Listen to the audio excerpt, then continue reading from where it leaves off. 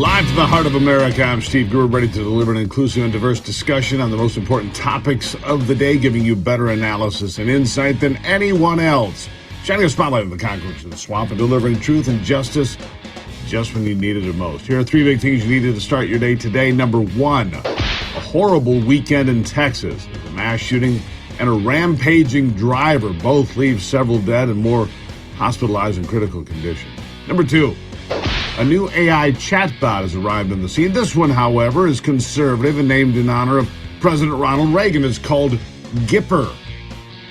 And number three, this could be the toughest week yet for President Joe Biden. Could prove to be that way for sure. In fact, this week could prove to be pivotal in the race for the White House that is setting up for next year, of course.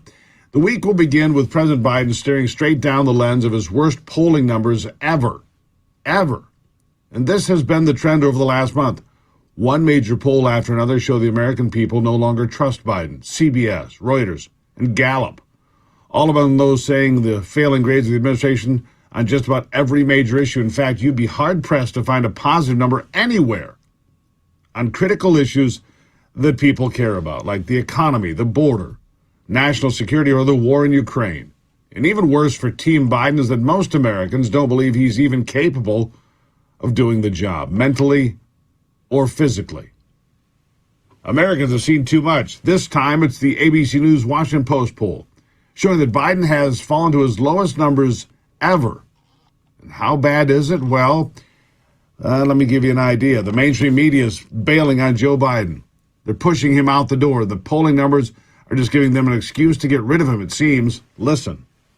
Absolutely, George. And you talked earlier about that record low approval rating for President Biden. It's actually 6 points down just since February. And the skepticism over his leadership extends deep inside his own party. Only 36% of Democrats think that their party should nominate Joe Biden for a second term. 58% say they would support someone else or prefer someone else. That's despite the fact that the entire DNC and most of the Democratic establishment has rallied behind President Biden. And you're seeing real weaknesses in the coalition that powered Joe Biden to the presidency back in 2020.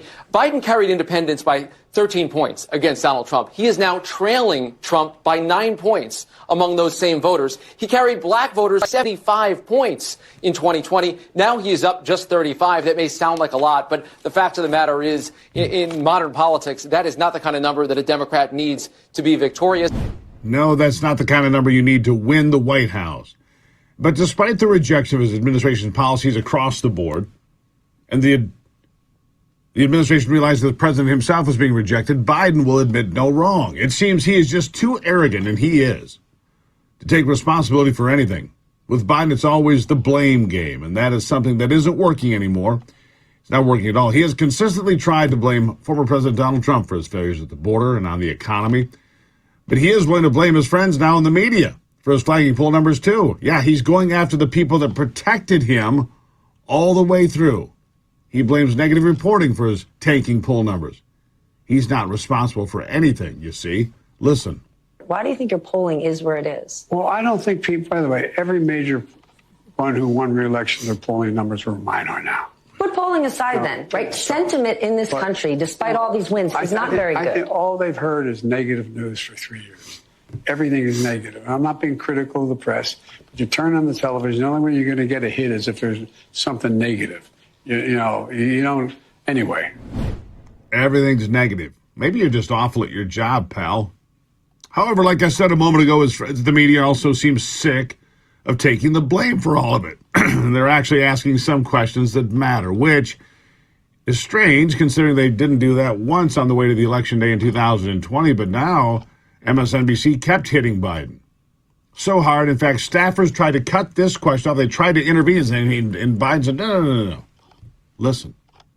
And you talk about fighting for the soul of America, but can we level set in terms of the soul of America? Right now, hate crimes are on the rise, random acts of gun violence. Women are under attack.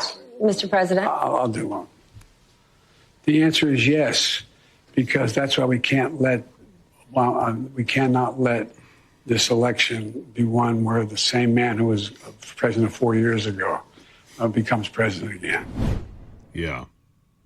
The staffer actually trying to, I've never seen that before, trying to cut off an interview midstream because the question was, what, too tough? Strange, really. If the presidential election were held today, according to ABC News and Washington Post, Donald Trump would win easily by 6 points in the national popular vote. Governor Ron DeSantis would beat Biden by 5. But Trump sitting in the catbird position, leading DeSantis by, 40 points in the primary run, which means it'll be Donald Trump taking on Joe Biden right now, and he has a solid lead, 6 points, and growing. Remember, just a few weeks ago, Trump trailed. And leading up to the 2020 election, Joe Biden consistently led in the polls. So now that's been a complete reversal. And you look at those numbers of African Americans, you look at numbers of Hispanics, and all sorts of numbers collapsing for the left. And we haven't even gotten to the reason yet why this could be the worst week yet of his presidency. Let's start with Hunter Biden, the first son, who was in an Arkansas courtroom last week for a child support dispute over a child he refuses to acknowledge. The president also ignores that grandchild. To be clear, it's not a good look. But that will be the child's play for real. If the whistleblowers, we are told, are ready to testify, to come before Congress, and they come out. In fact, Congressman James Comer is telling the Department of Justice to hold off on any indictments of Hunter until the Republicans hold a press conference on Wednesday that could blow the lid off the entire Biden family and the allegations of selling government policy for cash, which of course means taking bribes. And those allegations are aimed at both Hunter and his dad. But Joe Biden says there's nothing to be concerned with here. He defends Hunter by saying his presidency is impacted because he's so proud of him. Here it is. Sir, there is something personal that's affecting you. Your son, while there's no ties to you, could be charged by your Department of Justice. How will that impact your presidency?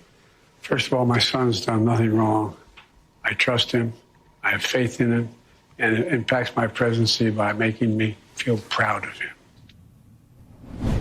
Proud of him. For what, we're not sure, but okay. He is his kid, and okay, people overlook a lot of things. So that by itself would be bad enough. But there are even bigger problems coming on Wednesday in the form of a human tidal wave at the southern border. We're going to dig deep into that in just a moment here. Some estimates that I've read over the weekend say there could be as many as 700,000 illegals staging to come into this country in the next few days. Have you seen the pictures of El Paso lately? Have you seen what's going on there as they rush through the border and flood into El Paso, Texas, and then on their way to New Mexico and elsewhere?